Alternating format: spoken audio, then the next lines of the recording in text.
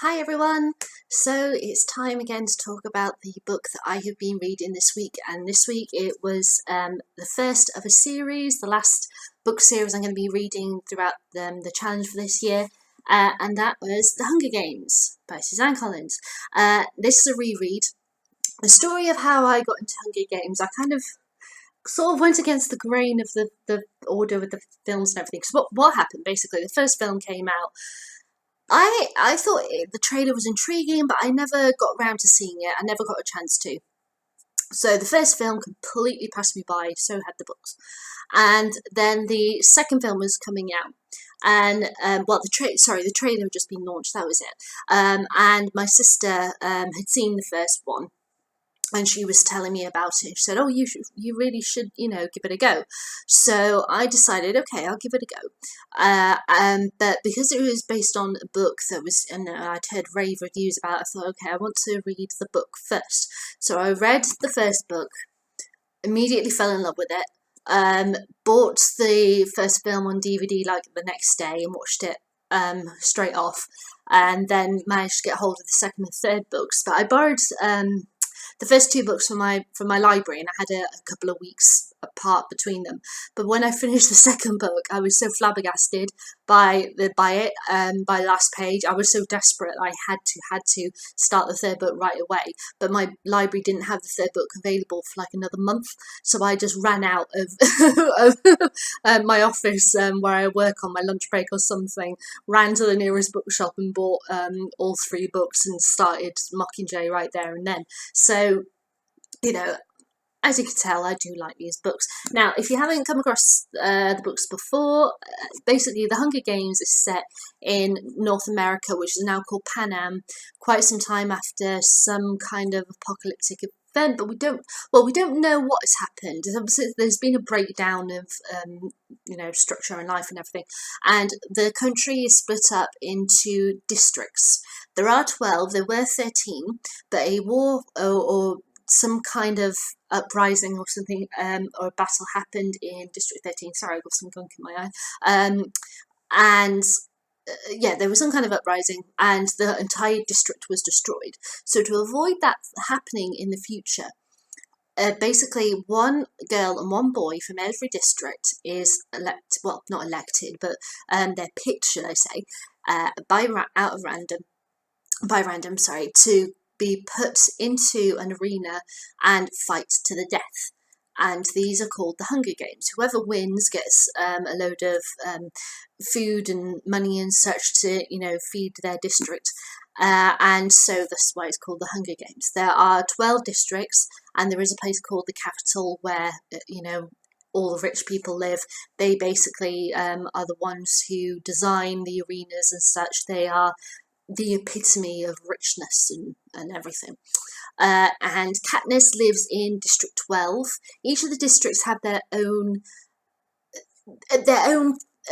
thing that makes them who they are. So you have one district that's really, focused on fishing. The other one's agriculture. Katniss's one is mining. So they have all of these unique elements that make them what they are.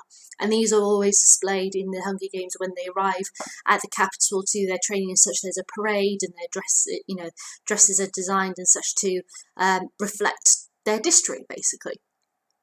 And Katniss is in District 12, as I said. She has a sister called Prim, and her mum, her dad is dead, and she has a best friend called Gale, who is really quite protective of her. They're really close, Katniss and Gale. He's a very interesting guy.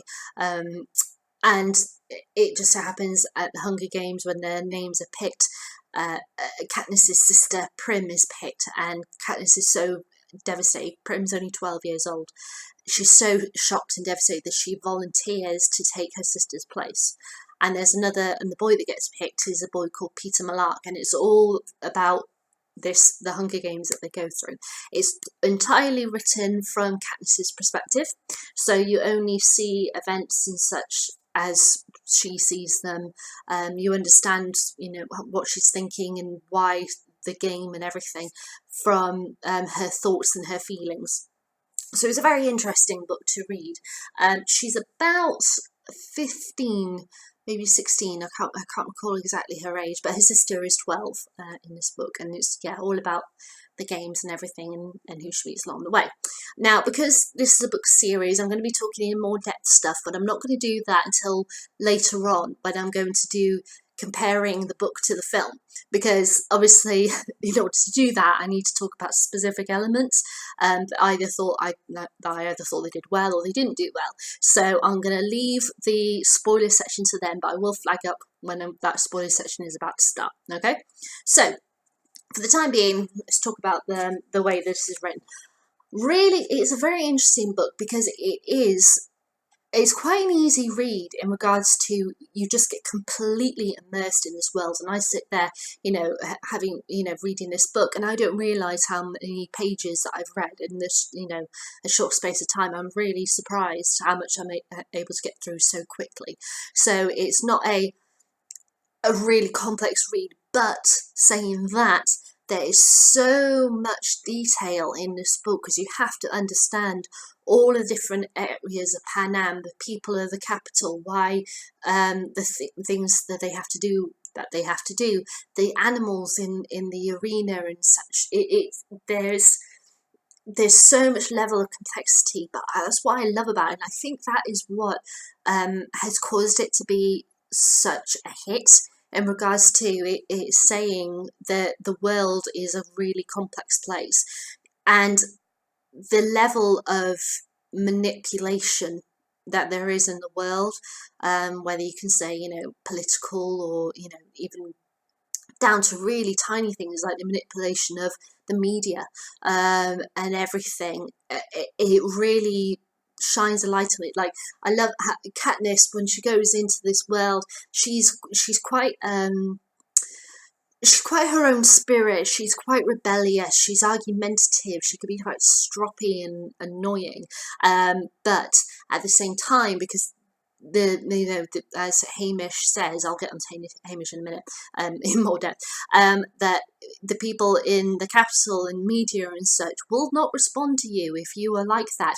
They want you to be happy and be cheerful and always smiling and be a particular way. So you have to act. If you don't act, you'll die. End of.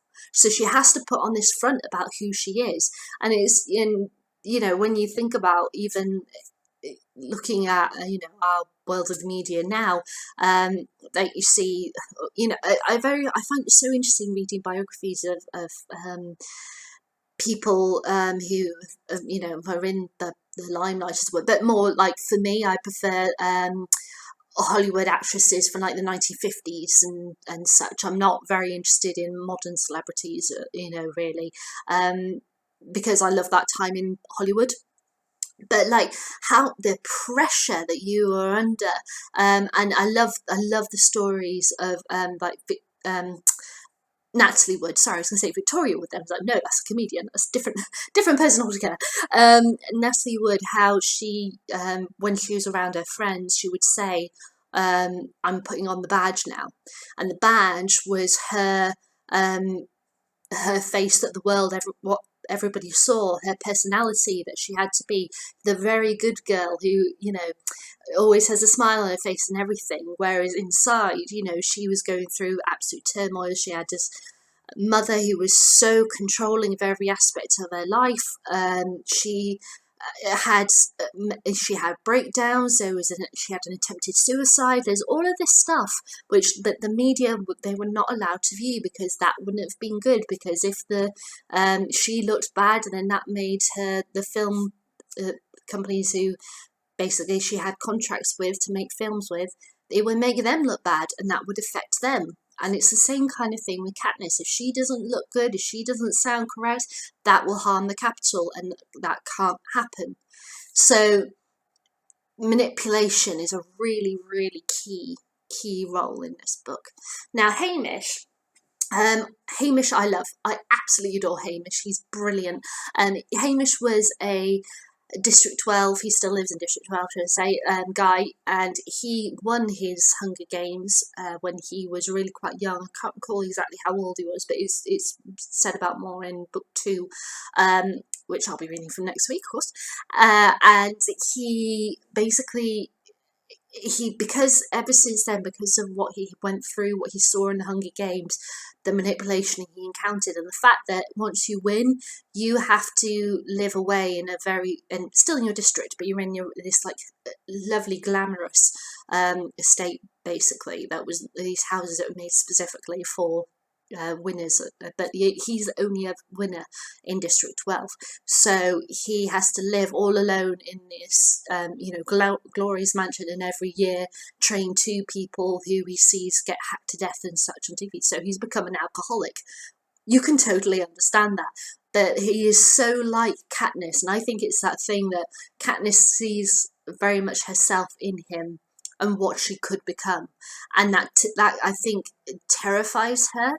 Not to say that she's afraid of Hamish or anything, or she looks down on him at all. I don't think it's that. I think it's just a case of, because they are so like each other, it's a clear representation of what the Capitol can do to you in one way, and Finnick from the second book is a representation of what the Capitol can do to you in another way. But I'll talk about him next week, obviously, when I reread that. So overall, I really I love these books. I think that's why they become such a bestseller. They are so fantastically written. It's got so much complexity. Shines a light on so many things that you don't really think about. Like I said, manipulation in the media and all this lot. Who is in control of you? Who's listening to you? The Big Brother thing from George Orwell's 1984 also kind of plays a factor into this, and standing up for what you believe in. I think it's an extraordinary read. I really strongly recommend it to anyone. Okay, now I'm going to talk about comparisons between the book and the film, and for that, that means that I'm going to be talking a lot more in depth. So here comes your spoiler warning. So just FYI, if you're going to stop now, thank you for watching so far. And just FYI, I do like the film. I approve of it. But anyway, if you want to stick around to watch the rest of this video, here we go. Right, so the Hunger Games films. I've got the full complete set Blu-ray, so obviously the individual film covers will look different from the one I'm holding, but this is the full set, thing. With Jennifer Lawrence playing the role of Katniss Everdeen.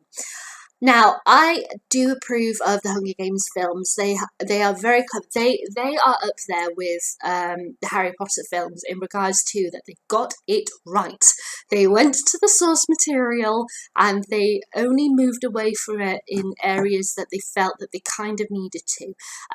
They didn't completely rewrite stuff. They didn't screw up various sections of the story. They stuck with it, but there are some things that are different which I can forgive, and some things I feel like, oh, but that's a great moment, that would have been brilliant if it was in the film. But then that happens probably with nearly every single adaptation of anything. I have those feelings just as everybody else does. So it's the way it is. Now, the 2 characters that I really, even though I love the way that all the characters are depicted in this, the 2 characters who I think you got that so right. You were the perfect people to cast for these roles. And they are the characters of Hamish and Senna. Oh my gosh, they were absolutely incredible. Woody Harrelson and Lenny Kravitz play Hamish and Senna. They were everything that I wanted them to be, and so much more. Hamish, as I said, he's the alcoholic, leader for for Katniss and Peter whilst they're in the games, and Senna is Katniss's costume designer. He's extraordinary. He is a character who you could argue, oh, he's only a little character, really. No, he is a huge character. He has got such significance. He is unbelievable. Senna, yeah, he designs her costumes, but what he designs, what he's trying to represent, and it becomes so clear and important, and phenomenal how important he is in Catching Fire and Mockingjay, which is books 2 and 3. But yeah, so the first one, he's sort of setting the scene of who Katniss is, and then the second one he goes bam with it, and I love Lenny Kravitz playing him. He was brilliant, absolutely brilliant. Stanley Tucci is also good in it. I'm just trying to think of other actors, and who else? Oh, Donald Sutherland as well, as Snow, the head of the Capitol. But it's a strange thing. He is sort of featured, but not really much. But then the film does these weird things in regards to, right, the Hunger Games. It's completely written from Katniss's point of view, so therefore she's kind of like the only the only lead, as it were, that doesn't break away like other stories do when it's written third person, so you can explore other characters, what they're doing here, there, and everywhere. Whereas the film, you do have the majority of it follows Katniss, but then you have these specific scenes where it's following other characters, and Snow is followed, I think, like 3 or 4 scenes in it. So, so it does break away. Those moments, even though I don't mind them, they do frustrate me because I know that they shouldn't be there, but you kind of need them to understand Snow's character a bit, because obviously you learn more about him in the second and especially in the third book, but otherwise he's just a man who, because if it would be like how you see it from Katniss's point of view, he would just be the guy who turns up at the opening ceremony to give the big speech, and then he'd be at the end giving the crown. So so it's just that thing that if you were to do it like Katniss, he wouldn't be that prominent a character. So this is why they put in the extra scenes to pad out his character and make him more prominent, so that when he does become more prominent in the second and third books, and third and fourth film, sorry, then you've already got that establishment. So even though it has that break from the book, I do approve of that. Other things I approve. Okay, some slight tweaking on certain events that happen. So, for example, Cato is one of the guys who dies right at the end of the book. It's him, Katniss and Peter are the only ones that are left alive, and he is basically ripped apart, by the mutants, creatures that have been designed by the game makers.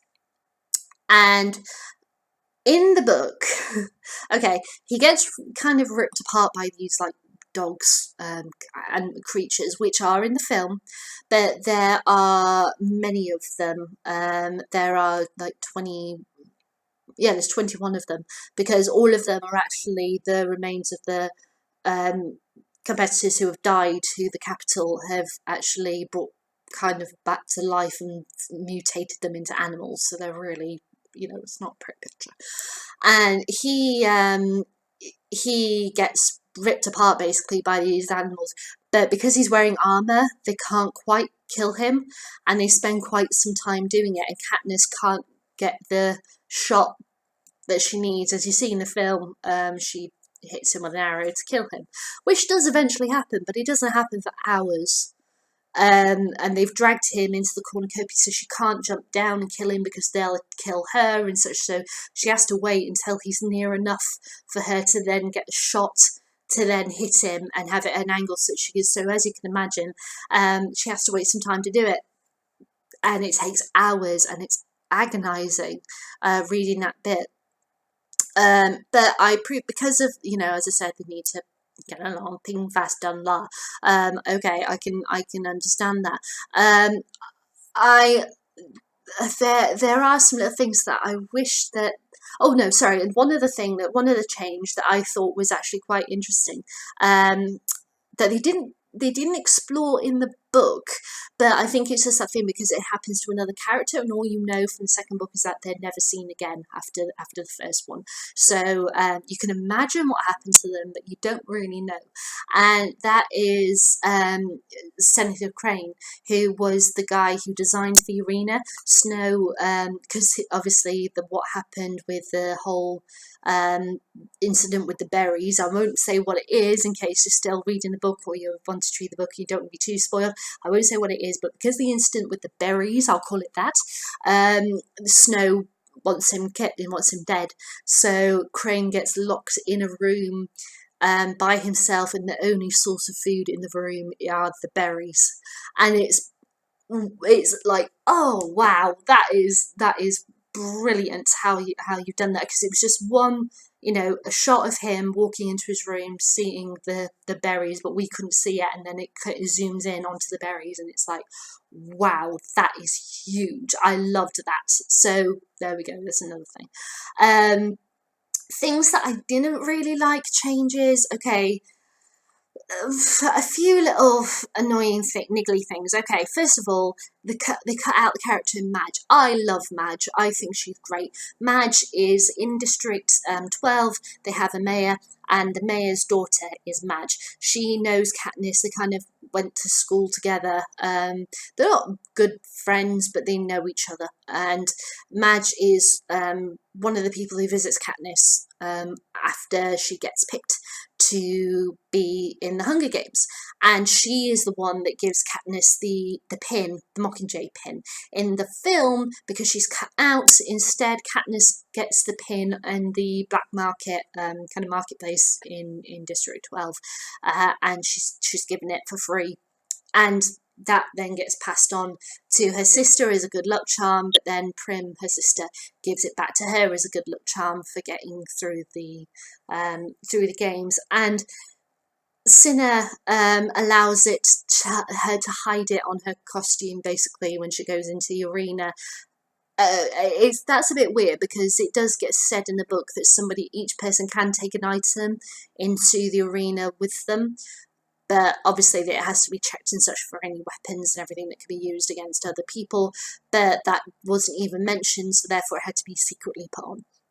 Okay, the other thing that I didn't quite agree with, and I can understand because of pacing reasons and everything, that they didn't even look at it until the third film, where it was casually explained, but only very casually. Is particularly for me a character that I really wish they kept in, is the girl with the red hair in Katniss's room, because there are these people who have done something, rebelled or done something that has, so bad, is that they actually have to become servants in the capital and have their tongues cut out for what they've done. And there was a girl that with the red hair that is in Katniss's room when she arrives at the capital, and she knows her, and it takes her a while to figure it out. It turns out that this girl with the red hair, Katniss had seen her before when she was hunting in her district. This girl and another boy crossed her path, but Katniss was hiding, so she didn't. Sort of hiding, because the girl does see her, but it's only very short amount of time. And the boy is killed. The hovercraft comes over. The boy is killed, and she is picked up. Oh, my book just fell on the floor. She is picked up and basically taken to the capital, and her punishment is that she has her tongue cut out and she has to become a servant. And this girl is very interesting, how like at one point Katniss gets really angry, she's really upset, she trashes her room, and then the girl, finds her, puts her to bed, dries her eyes, and the two of them, tidy up the room, and she tucks Katniss in for bed, and it's a really nice moment. But yeah, they didn't do it. Oh, why didn't you do it? It's such a very interesting moment, and that has then repercussions for moments in later books where she meets people who have had the same punishment done to them. So the Corvoraxes, sorry, I forgot to say. And it's just, yeah, when it's mentioned in the third film, it's very casual. It doesn't have that really heavy weight of what this means, and the fact that no matter where you run from, because it kind of implies this girl is from the capital, or she's from another district that's quite high end, as it were, and so she ran away, and it's like, what led her to run away with this man to get all the way to District 12, and then be captured and have to go through this torture and remain there for the rest of her life serving these people. What did she do? Where did she come from? What would make it so bad in the capital that she would run away? You know, corruption again and manipulation and such really plays into that moment. I really like that. And I suppose the other thing that kind of really I was a bit perplexed by, let's say, was that at the end of the book, Peter discovers that the whole being in love thing started, well, for Katniss, started off as a show because she had to be that way in order, you know, if the audience got into a love story, therefore there would be more sponsors for them, the more chance that they'd survive and everything. But as time went on, she actually did fall for Peter. But Peter then finds this out and he believes that the entire thing was an act. And she tries to explain that it wasn't, and he gets really upset and how he didn't see it as being an act. So therefore he genuinely did have these feelings for Katniss that he's expressed from the beginning, about how he's liked her since when he first saw her when she was 5 years old. And so that makes the ending all the more interesting when she says, "What are we going to do now?" And he says, "Well, we better smile for our audience," or something like that, and takes her hand and then starts waving as the doors open. And she says at the end of the book, sorry, I'm just going to bring it out here. She actually said the last line is, "I take his hand, holding on tightly, preparing for the cameras, and dreading the moment when I will finally have to let go." That is really, powerful, because it's saying the games do not end. There is still more. She has got to survive now out in the real, in the real world. They're not going to leave her alone.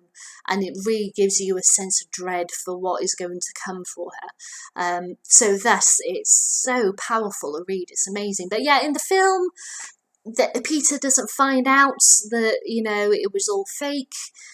She just says how she's, when said about what's going to happen now, she just says, "Oh, I think we'll just go back to normal and forget everything." And he says, "I don't want to forget."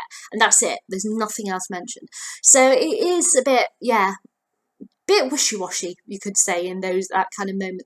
But overall, I do like the film. The film is very good, with what it does.